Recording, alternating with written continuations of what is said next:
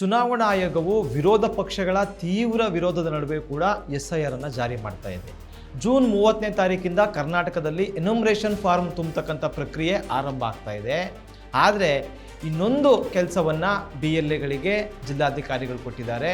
ಅದೇನಪ್ಪ ಅಂತಂದರೆ, ನಿಮ್ಮ ಗ್ರಾಮದಲ್ಲಿರುವ VIPಗಳು ಮತ್ತು VVIPಗಳ ಹೆಸರನ್ನು ಪಟ್ಟಿ ಮಾಡಿ.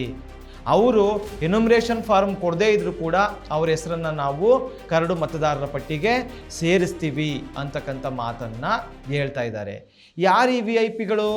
ನ್ಯಾಯಾಧೀಶರು, ಪ್ರಮುಖ ಅಧಿಕಾರಿಗಳು, ಶಾಸಕರು, ಮಾಜಿ ಶಾಸಕರು, ಸಂಸದರು, ಮಾಜಿ ಸಂಸದರು, ರಾಜ್ಯ ಹಾಗೂ ರಾಷ್ಟ್ರ ಮಟ್ಟದ ರಾಜಕೀಯ ಪ್ರತಿನಿಧಿಗಳು, ರಾಜ್ಯ ಹಾಗೂ ರಾಷ್ಟ್ರ ಮಟ್ಟದ ಯಾವುದೇ ಶಾಸಕಾಂಗ ಸಭೆಯ ಹಾಲಿ ಅಥವಾ ಮಾಜಿ ಅಧ್ಯಕ್ಷರು ಅಥವಾ ಸದಸ್ಯರು, ಧಾರ್ಮಿಕ ಮುಖಂಡರು, ಪ್ರಮುಖ ಪತ್ರಿಕಾ ಮುಖಂಡರು, ದೊಡ್ಡ ಮಟ್ಟದ ವ್ಯಾಪಾರಿಗಳು, ಯಾವುದೇ ಪ್ರಶಸ್ತಿಯನ್ನು ಸ್ವೀಕರಿಸಿರುವಂಥವರು, ಕಲಾರಂಗದಲ್ಲಿ ಗುರುತಿಸ್ಕೊಂಡಿರ್ತಕ್ಕಂಥವ್ರು ಮತ್ತು 100 ವರ್ಷಕ್ಕಿಂತ ಅಧಿಕ ವಯಸ್ಸಾದಂಥ ಹಿರಿಯ ಮತದಾರರು, ಇವರೆಲ್ಲರೂ ನಮ್ಮ ಮಾಹಿತಿಯನ್ನು ಸಂಗ್ರಹ ಮಾಡಿ ವಿವಿಧ ಕ್ಷೇತ್ರಗಳಲ್ಲಿ ಸಾಧನೆ ಮಾಡಿದಂಥ ವ್ಯಕ್ತಿಗಳನ್ನು ಹೆಸರನ್ನು ನೀವು ಪಟ್ಟಿ ಮಾಡಿ ಒಂದು ಸ್ಪ್ರೆಡ್ಶೀಟ್ಗೆ ಹಾಕಿ ಅಂತ ಜಿಲ್ಲಾಧಿಕಾರಿಗಳು ಸೂಚನೆಯನ್ನು ಕೊಟ್ಟವರೇ. ಯಾಕೆ ಈ ಸೂಚನೆ?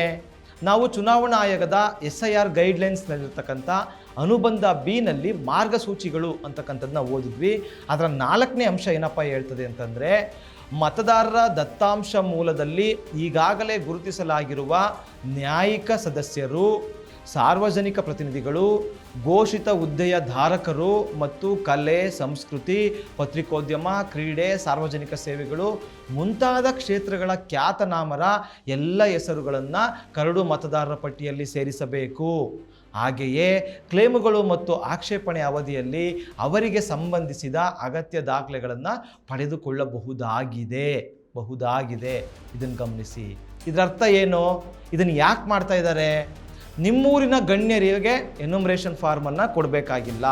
ಅವರು ಅದನ್ನು ತುಂಬದೇ ಇದ್ದರೂ ಕೂಡ ಅವ್ರ ಹೆಸರು ಡ್ರಾಫ್ಟ್ ಲಿಸ್ಟಲ್ಲಿ ಬರ್ತದೆ. ಈ ನಿಯಮವನ್ನು ಕರ್ನಾಟಕದಲ್ಲಿ ಯಾಕೆ ತಗೊಬರ್ತಾ ಇದ್ದಾರೆ? ಪಶ್ಚಿಮ ಬಂಗಾಳದಲ್ಲಿ SIR ನಡೆದಾಗ ಡ್ರಾಫ್ಟ್ ಲಿಸ್ಟಲ್ಲಿ ಹೈಕೋರ್ಟ್ನ ಜಡ್ಜ್ ಹೆಸರೇ ಬಂದಿರಲಿಲ್ಲ.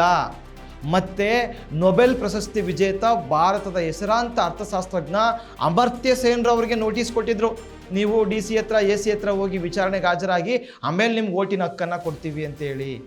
ಭಾರತ ತಂಡದ ಕ್ರಿಕೆಟ್ ಆಟಗಾರ್ತಿ ರಿಚಾ ಘೋಷ್ ಅವರಿಗೆ ಸೇರಿದಂತೆ ಬಹಳಷ್ಟು ಖ್ಯಾತನಾಮರುಗಳ ಹೆಸರುಗಳೇ ಡ್ರಾಫ್ಟ್ ಪಟ್ಟಿಯಲ್ಲಿ ಇರಲಿಲ್ಲ, ಡಿಲೀಟ್ ಆಗಿದ್ದು. ಇದು ಮಾಧ್ಯಮಗಳಲ್ಲಿ ಪ್ರಕಟ ಆಗಿ ಚುನಾವಣಾ ಆಯೋಗದ ವಿರುದ್ಧ ದೊಡ್ಡ ಮಟ್ಟದ ಆಕ್ರೋಶ ವ್ಯಕ್ತವಾಗಿತ್ತು. ದೊಡ್ಡ ಮಟ್ಟದ ಅವಮಾನವನ್ನು ಚುನಾವಣಾ ಆಯೋಗ ಎದುರಿಸಿತ್ತು. ಅಂಥದ್ದು ಕರ್ನಾಟಕದಲ್ಲಿ ಆಗಬಾರ್ದು ಅಂತೇಳಿ ಚುನಾವಣಾ ಆಯೋಗ ಈ ರೀತಿ VIPಗಳಿಗೆ SIRನಿಂದನೇ ವಿನಾಯಿತಿಯನ್ನು ಕೊಡ್ತಾ ಇದೆ. ಈ VIPಗಳ ಪಟ್ಟಿಯಲ್ಲಿ ಪತ್ರಕರ್ತರನ್ನು ಕೂಡ ಸೇರಿಸಲಾಗಿದೆ. ಯಾಕೆ? ಪತ್ರಕರ್ತರ ಹೆಸರೇ ಕರಡು ಮತದಾರರ ಪಟ್ಟಿಯಲ್ಲಿಲ್ಲ ಅಂದರೆ ಅವರು ದಾಖಲೆ ಮಾಡಿಸೋಕ್ಕೆ ಅಲಿಬೇಕು, ಸ್ಪೆಲ್ಲಿಂಗ್ ಮಿಸ್ಟೇಕು ಅದು ಇದು ಅಂತ ಕಷ್ಟಪಡಬೇಕು. ಆಗ ಅವರಿಗೆ ಈ SIR ಬಗ್ಗೆ ಆಕ್ರೋಶ ಬರ್ತದೆ. ಪುಂಖಾನುಪುಂಖವಾಗಿ ಲೇಖನಗಳನ್ನ ಬರೀತಾರೆ, ವಿಡಿಯೋಗಳನ್ನ ಮಾಡ್ತಾರೆ, ಚುನಾವಣಾ ಆಯೋಗದ ವಿರುದ್ಧ ತಿರುಗಿ ಬಿದ್ದುಬಿಡ್ತಾರೆ, ಚುನಾವಣಾ ಆಯೋಗದ ಮರ್ಯಾದೆ ತೆಗಿತಾರೆ. ಹಾಗೆಲ್ಲ ಆಗಬಾರ್ದು ಅಂತ ಪತ್ರಕರ್ತರಿಗೆ ವಿನಾಯಿತಿ ಕೊಟ್ಬಿಟ್ಟಿದ್ದಾರೆ. ನಿಮ್ಮೂರು ಪತ್ರಕರ್ತರಿದ್ದರೆ ಅವರು ಎನ್ಯುಮರೇಷನ್ ಫಾರ್ಮ್ ತುಂಬದೇ ಬೇಡ, ಅವ್ರನ್ನ ನಾವು ಕರಡು ಮತದಾರರ ಪಟ್ಟಿಯಲ್ಲಿ ಸೇರಿಸ್ತೀವಿ ಅಂತ. ಇದು ಸರಿಯೇ ತಪ್ಪೇ? ಇದನ್ನು ನಿರ್ಧರಿಸೋಕ್ಕೆ ಮುಂಚೆ ನಾವು ಈ SIRನಲ್ಲಿ ಸಾಮಾನ್ಯ ಜನರು ಎಷ್ಟು ಕಷ್ಟಪಡಬೇಕು ನೋಡೋಣ ಬನ್ನಿ. 2025ರ ಮತಪಟ್ಟಿಯಲ್ಲಿ ನಿಮ್ಮ ಅಥವಾ ನಿಮ್ಮ ತಂದೆ ತಾಯಿಯ ಹೆಸರು ಹೇಗಿದೆಯೋ ಅದೇ ರೀತಿ 2002ರ ಮತಪಟ್ಟಿಯಲ್ಲೂ ನಿಮ್ಮ ಅಥವಾ ನಿಮ್ಮ ತಂದೆ ತಾಯಿಯ ಹೆಸರು ಇರಬೇಕು. ಸ್ಪೆಲ್ಲಿಂಗ್ ಮಿಸ್ಟೇಕ್ ಇರಬಾರ್ದು, ವಯಸ್ಸಿನ ಅಂತರ ಇರಬಾರ್ದು. ಅದಕ್ಕೋಸ್ಕರ ನೀವು 2002ನೇ ಇಸ್ವಿನಲ್ಲಿ ಎಲ್ಲಿ ಓಟ್ ಹಾಕಿದ್ರಿ ನೆನಪಿಸ್ಕೊಂಡು ಆ ಮತಪಟ್ಟಿಯನ್ನು ಡೌನ್ಲೋಡ್ ಮಾಡಿಕೊಂಡು ಅದರ ವಿವರಗಳು ಅಂದರೆ ವಿಧಾನಸಭಾ ಕ್ಷೇತ್ರ ಸಂಖ್ಯೆ ಯಾವುದಿತ್ತು ಆಗ, ಬೂತ್ ನಂಬರ್ ಯಾವುದಿತ್ತು ಆಗ, ನಿಮ್ಮ ಕ್ರಮ ಸಂಖ್ಯೆ ಏನಿತ್ತು ಎಲ್ಲವನ್ನು ಹುಡುಕಿ ಎನ್ಯುಮರೇಷನ್ ಫಾರ್ಮಲ್ಲಿ ತುಂಬಿಕೊಡ್ಬೇಕು. ಇದು ಬಡವರಿಗೆ, ಅನಕ್ಷರಸ್ಥರಿಗೆ ಭಾಳ ಕಷ್ಟಕರವಾದ ಕೆಲಸ. ಆನಂತರ ಸ್ಪೆಲ್ಲಿಂಗ್ ಮಿಸ್ಟೇಕ್ ಇತ್ತು, ವಯಸ್ಸಿನ ಅಂತರ ಇತ್ತು, ಲಾಜಿಕಲ್ ಡಿಸ್ಕ್ರಿಪೆನ್ಸಿ ಅಂತಂದರೆ ಅವರ ಹೆಸರು ಕರಡು ಮತದಾರರ ಪಟ್ಟಿಯಲ್ಲಿ ಬರಲ್ಲ. ಅವರು ಆಗ ಹೊಸದಾಗಿ ಫಾರ್ಮ್ 6 ಕೊಡಬೇಕು, ಡಿಕ್ಲರೇಷನ್ ಫಾರ್ಮ್ ಕೊಡಬೇಕು ಮತ್ತು ಚುನಾವಣಾ ಆಯೋಗಗಳಿರ್ತಕ್ಕಂಥ 11 ದಾಖಲೆಗಳಲ್ಲಿ 1-2 ದಾಖಲೆಗಳನ್ನ ಕೊಡಬೇಕು. ಅದು ಕೂಡ ಭಾಳ ಕಷ್ಟಕರ. ಆಧಾರ್ ಕಾರ್ಡ್ ಆಗಲ್ಲ, ಪ್ಯಾನ್ ಕಾರ್ಡ್ ಆಗಲ್ಲ, ರೇಷನ್ ಕಾರ್ಡ್ ಆಗಲ್ಲ, ವೋಟರ್ ID ಆಗಲ್ಲ, DL ಆಗಲ್ಲ, ಬೇರೆ ದಾಖಲೆಗಳನ್ನ ಕೊಡಬೇಕು ಅಂತ ಹೇಳ್ತಾರೆ. ಅನಕ್ಷರಸ್ಥರ ಬಳಿ ಜನ್ಮ ಪ್ರಮಾಣ ಪತ್ರ ಎಲ್ಲಿರ್ತದೆ? ಪಾಸ್ಪೋರ್ಟ್ ಎಲ್ಲಿರ್ತದೆ, ಮಾರ್ಕ್ಸ್ ಕಾರ್ಡ್ ಎಲ್ಲಿರ್ತದೆ, ಕಾಯಂ ವಾಸಸ್ಥಳ ದೃಢೀಕರಣ ಪತ್ರ ಕೊಡ್ಬೋದು ಅಂತ ಆಯೋಗ ಹೇಳಿದೆ. ಕರ್ನಾಟಕ ಸರ್ಕಾರ ಏನು ಮಾಡಿದೆ, ಅದಕ್ಕೋಸ್ಕರ ತಹಸೀಲ್ದಾರ್ ಆಫೀಸ್ಗೆ ಎಲ್ಲರೂ ಅರ್ಜಿ ಹಾಕಿ ವಾಸಸ್ಥಳ ದೃಢೀಕರಣ ಪತ್ರ ತಗೊಳ್ಬೇಕು ಅಂದರೆ ಭಾಳ ಸಮಯ ಆಯ್ತದೆ. ಅದ್ರ ಬದಲಿಗೆ ಗ್ರಾಮ ಪಂಚಾಯಿತಿ PDOಗಳ ಮೂಲಕನೇ ನಾವು ಈ ವಾಸಸ್ಥಳ ದೃಢೀಕರಣ ಪತ್ರ ಕೊಡಬೇಕು ಅಂತ ಒಂದು ಆದೇಶವನ್ನು ಮಾಡಿದೆ. ಚುನಾವಣಾ ಆಯೋಗ ಏನು ಹೇಳ್ತಾ ಇದೆ, ಅದನ್ನು ನಾವು ತಗೊಳ್ಳಲ್ಲ, PDO ಕೊಟ್ಟರೆ ಆಗಲ್ಲ, ತಹಸೀಲ್ದಾರೇ ಕೊಡಬೇಕು ಅಂತ ಅವರು ಷರತ್ತನ್ನು ಹಾಕ್ತಾ ಇದ್ದಾರೆ.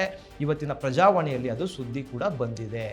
ಅಂದರೆ ಬಡವರು ಏನು ಮಾಡಬೇಕು, ಅವರು ತಹಸೀಲ್ದಾರ್ ಕಚೇರಿಗೆ ಅಲಿಬೇಕಾ, ಸಾಲು ನಿಂತ್ಕೊಳ್ಬೇಕಾ, ಮತ್ತೊಮ್ಮೆ ಸ್ಪೆಲ್ಲಿಂಗ್ ಮಿಸ್ಟೇಕು ಬಡವರಲ್ಲಿ ಅನಕ್ಷರಸ್ಥರಲ್ಲಿ ಇದ್ದೇ ಇರ್ತವೆ, ಅವ್ರ ಹತ್ರ ದಾಖಲೆಗಳೇ ಇಲ್ಲ, ಅವರೆಲ್ಲರೂ ತಮ್ಮ ವೋಟನ್ನು ಡಿಲೀಟ್ ಮಾಡಿಸ್ಕೋಬೇಕಾ, ಮತದಾರರ ಹಕ್ಕನ್ನು ಕಳೆದುಕೊಳ್ಬೇಕಾ? ಇನ್ನು ನಮ್ಮ ದೇಶದಲ್ಲಿ ಅಲೆಮಾರಿ ಜನ ಭಾಳಷ್ಟು ಸಂಖ್ಯೆಯಲ್ಲಿದ್ದಾರೆ.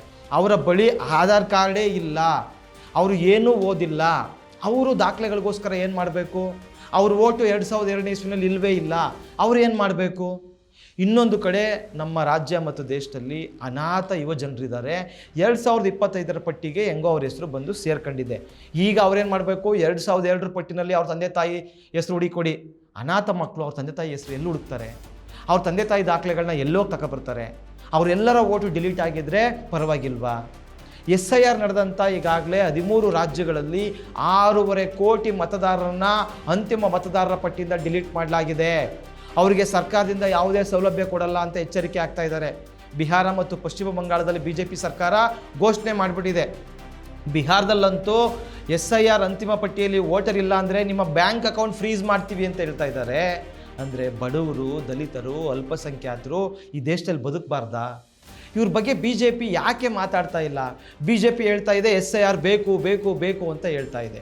ಚುನಾವಣಾ ಆಯೋಗದ ಮೇಲೆ ಒತ್ತಡವನ್ನು ತೆಗೆದುಕೊಂಡು ಬಂದು SIRನ ಇಡೀ ದೇಶಾದ್ಯಂತ ಮಾಡ್ತಾ ಇದೆ. ಲಾಜಿಕಲ್ ಡಿಸ್ಕ್ರಿಪೆನ್ಸಿ ಅಂತಕ್ಕಂಥ ನಿಯಮಗಳ ತಂದಿದೆ. ಇನ್ನೊಂದು ಕಡೆ VIPಗಳು VVIPಗಳು ಎನ್ಯುಮರೇಷನ್ ಫಾರ್ಮ್ ಕೊಡಬೇಕಿಲ್ಲ, ದಾಖಲೆ ಕೊಡಬೇಕಿಲ್ಲ, ಕೊಟ್ಟರೆ ಕೊಡ್ಬೋದು, ಬಿಟ್ಟರೆ ಬಿಡ್ಬೋದು. ಅಂದರೆ ಈ ದೇಶದಲ್ಲಿ ಬಡವರಿಗೆ ಒಂದು ನ್ಯಾಯ, VVIPಗಳಿಗೆ ಒಂದು ನ್ಯಾಯ ಅಂತ ಚುನಾವಣಾ ಆಯೋಗ ಮಾಡ್ತಾ ಇದೆಯಲ್ಲ, ಇದು ಎಷ್ಟು ಸರಿ? ನಮ್ಮ ದೇಶದಲ್ಲಿ ಏನು ಸ್ವಾತಂತ್ರ್ಯ ಚಳವಳಿ ನಡೀತು, ಅದರ ಉತ್ಪನ್ನವಾಗಿ ಸಂವಿಧಾನ ರಚನಾ ಸಭೆ ಬಂತು. ಸಂವಿಧಾನ ರಚನಾ ಸಭೆ ಬಂದಾಗ ಎಲ್ರಿಗೂ ಓಟ್ ಹಾಕೋ ಹಕ್ಕಿರಲಿಲ್ಲ. ಶ್ರೀಮಂತರು, ತೆರಿಗೆ ಕಟ್ಟೋರು, ಭೂಮಾಲೀಕರು, ರಾಜ ಮನೆತನಗಳು ಇವ್ರು ಮಾತ್ರ ಓಟ್ ಹಾಕೋ ಹಕ್ಕಿತ್ತು. ಆದರೂ ಕೂಡ ಡಾಕ್ಟರ್ BR ಅಂಬೇಡ್ಕರ್ ಅವರ ನೇತೃತ್ವದಲ್ಲಿ ನಮ್ಮ ಸಂವಿಧಾನ ರಚನಾ ಸಭೆ ಒಂದು ಅತ್ಯುತ್ತಮ ಸಂವಿಧಾನವನ್ನು ರಚನೆ ಮಾಡಿದೆ. ಮತ್ತು ಸಂವಿಧಾನ ಜಾರಿಯಾದ ದಿನದಿಂದ ಈ ದೇಶದಲ್ಲಿ ಯಾವುದೇ ತಾರತಮ್ಯ ಮಾಡ್ದೇ ಎಲ್ಲರಿಗೂ ಮತದಾನದ ಹಕ್ಕನ್ನು ಕೊಟ್ಟಿದೆ, ವಯಸ್ಕರಿಗೆ. ಅದು ಇನ್ನೊಂದು ಮಾತನ್ನು ಹೇಳಿದೆ, ಒಬ್ಬ ವ್ಯಕ್ತಿ ಒಂದು ಮತ ಒಂದು ಮೌಲ್ಯ. ಅದು ಅಂಬಾನಿ ಅದಾನಿ ಇರಲಿ, ಅವನಿಗೂ ಒಂದೇ ಓಟು, ನಮ್ಮೂರಲ್ಲಿರ್ತಕ್ಕಂಥ ಬಡವ್ರಿಗೂ ಒಂದೇ ಓಟು, ಆ ಒಂದು ಓಟ್ಗೆ ಒಂದೇ ವ್ಯಾಲ್ಯೂ ಅಂತಕ್ಕಂಥ ಒಂದು ಸಾಂವಿಧಾನಿಕ ತತ್ವವನ್ನು ತಂದಿದೆ. ಇಲ್ಲಿ VIPಗಳಿಗೆ ನೀವು ಎನ್ಯುಮರೇಷನ್ ಫಾರ್ಮ್ ಕೊಡಬೇಡಿ, ಬಡವರು ಕೊಡಿ ಅಂತೇಳಿ ಈ ಸಾಂವಿಧಾನಿಕ ತತ್ವವನ್ನು ವಿರೋಧಿಸ್ತಕ್ಕಂಥ ಕೆಲಸವನ್ನು ಚುನಾವಣಾ ಆಯೋಗ ಮಾಡ್ತಾ ಇದೆ. ದುರಾದೃಷ್ಟ ಏನಪ್ಪ ಅಂದರೆ ನಮ್ಮ ಸುಪ್ರೀಂ ಕೋರ್ಟ್ ಕೂಡ ಚುನಾವಣಾ ಆಯೋಗ ಹೇಳ್ದೆ ಸರಿ ಅಂತ ಹೇಳ್ತಾ ಇದೆ. ನಾವೇನಪ್ಪ ಹೇಳ್ತೀವಿ ಅಂದರೆ ಈ SIR ಅಂತಕ್ಕಂಥದ್ದು ಅರ್ಹ ಮತದಾರರನ್ನೇ ಪಟ್ಟಿಯಿಂದ ಹೊರಗಿಡಕ್ಕೋಸ್ಕರ ಮಾಡಿರ್ತಕ್ಕಂಥ, ಕಿರುಕುಳ ನೀಡ್ತಕ್ಕಂಥ ಒಂದು ಪ್ರಕ್ರಿಯೆ ಇದು. ಈ ಹಿಂದೆ ಇಂಟೆನ್ಸಿವ್ ರಿವಿಷನ್ ನಡೀತಾ ಇತ್ತು, ಆವಾಗ ಎನ್ಯುಮರೇಷನ್ ಫಾರ್ಮ್ ಕೊಡಬೇಕಿರಲಿಲ್ಲ, ದಾಖಲೆಗಳನ್ನ ಕೊಡಬೇಕಿರಲಿಲ್ಲ. ಆದರೆ ಈಗ ಮಾತ್ರ ಆ ನಿಯಮಗಳನ್ನ ತಗೊಂಡು ಬಂದು ಜನರಿಗೆ ಹಿಂಸೆ ಕೊಡ್ತಾ ಇದ್ದೀರಿ, ಕ್ಯೂವಲ್ಲಿ ನಿಲ್ಲಿಸ್ತಾ ಇದ್ದೀರಿ, ದಾಖಲೆಗಳಿಗೋಸ್ಕರ ಅಲ್ದಾಡಿಸ್ತಾ ಇದ್ದೀರಿ, ಕೊನೆಗೆ ಅವರ ಹೆಸರನ್ನ ವೋಟರ್ ಲಿಸ್ಟಿಂದ ಡಿಲೀಟ್ ಮಾಡ್ತಾ ಇದ್ದೀರಿ. ಯಾಕೆ? ಇದ್ರ ಬಗ್ಗೆ BJP ಮಾತಾಡ್ತಾ ಇಲ್ಲ, SIRನ ಸ್ವಾಗತಿಸ್ತಾ ಇದೆ. ಆದರೆ ವಿರೋಧ ಪಕ್ಷಗಳು ಈ SIR ಬೇಡ, ಇದು ಅಸಂವಿಧಾನಿಕ ಅಂತಕ್ಕಂಥ ಮಾತುಗಳನ್ನ ಆಡ್ತಾ ಇದ್ದಾರೆ. ಕಾಂಗ್ರೆಸ್ ಪಕ್ಷ ಮತದಾರರಿಗೆ ಹೆಲ್ಪ್ ಮಾಡೋ ಕೆಲಸ ಮಾಡ್ತಿದೆ, BJPಯವರು ಮತದಾರರನ್ನ ಡಿಲೀಟ್ ಮಾಡೋ ಕೆಲಸ ಮಾಡ್ತಾ ಇದೆ. ಹಾಗಾಗಿ ನಾವೀಗ SIRಲ್ಲಿ ನಾವು ಭಾಗವಹಿಸಲೇಬೇಕು. ಸುಪ್ರೀಂ ಕೋರ್ಟ್ ಹೇಳ್ಬಿಟ್ಟಿದೆ, ಬೇರೆ ದಾರಿ ಇಲ್ಲ. ಭಾಗವಹಿಸಲಿಲ್ಲ ಅಂದರೆ ನಮ್ಮ ಮತಗಳು ಡಿಲೀಟ್ ಆಗಿಬಿಡ್ತವೆ. ಆ ರೀತಿಯಲ್ಲಿ SIRನಲ್ಲಿ ನಾವು ಭಾಗವಹಿಸ್ತಲೇ ಈ ರೀತಿಯ ಕೆಟ್ಟ ನಿಯಮಗಳನ್ನ ನಾವು ವಿರೋಧಿಸಬೇಕಿದೆ. ಬಡ ಜನರ, ಅನಕ್ಷರಸ್ಥರ ಓಟು ಡಿಲೀಟ್ ಆಗದಂತೆ ಎಚ್ಚರಿಕೆಯನ್ನು ವಹಿಸಲಿದೆ. SIR ಬೆಂಬಲಿಸ್ತಕ್ಕಂಥ BJP ಥರದ ಪಕ್ಷಗಳನ್ನು ಧಿಕ್ಕರಿಸಬೇಕು. ಮುಂದಿನ ಚುನಾವಣೆಯಲ್ಲಿ ನಿಮ್ಮನ್ನು ಸೋಲಿಸ್ತೀವಿ ಅಂತ ಎಚ್ಚರಿಕೆ ಕೊಡಬೇಕಿದೆ. ಚುನಾವಣಾ ಆಯೋಗ, ನೀವು ಸ್ವತಂತ್ರ ಸಂಸ್ಥೆ, ಯಾವುದೇ ಪಕ್ಷದ ಕೈಗೊಂಬೆ ಆಗಬಾರ್ದು, ಬೇಟೆನಾಯಿ ಆಗಬಾರ್ದು ಅಂತಕ್ಕಂಥ ಹೋರಾಟವನ್ನು ನಾವು ಮಾಡಬೇಕಿದೆ. ಒಂದು ಕಡೆ ಹೋರಾಟ, ಮತ್ತೊಂದು ಕಡೆ ಸರಿಯಾಗಿ SIRನಲ್ಲಿ ಎಲ್ಲರೂ ಓಟು ಉಳಿಸ್ಕೊಳ್ತಕ್ಕಂಥ ಕೆಲಸ, ಈ ಎರಡನ್ನು ಕೂಡ ನಾವು ಮಾಡಬೇಕಿದೆ. ಆಗ ಮಾತ್ರ ನಮ್ಮ ದೇಶದಲ್ಲಿ ಪ್ರಜಾಪ್ರಭುತ್ವ ಉಳಿಲಿಕ್ಕೆ ಸಾಧ್ಯ ಅಂತ ನಾವು ನಂಬಿದ್ದೀವಿ. ನಿಮಗೇನು ಅನಿಸುತ್ತೆ? ಇದೆಲ್ಲದ್ರ ಬಗ್ಗೆ ನಿಮ್ಮ ಅಭಿಪ್ರಾಯಗಳನ್ನ ಕಮೆಂಟಲ್ಲಿ ತಿಳಿಸಿ. ಧನ್ಯವಾದಗಳು.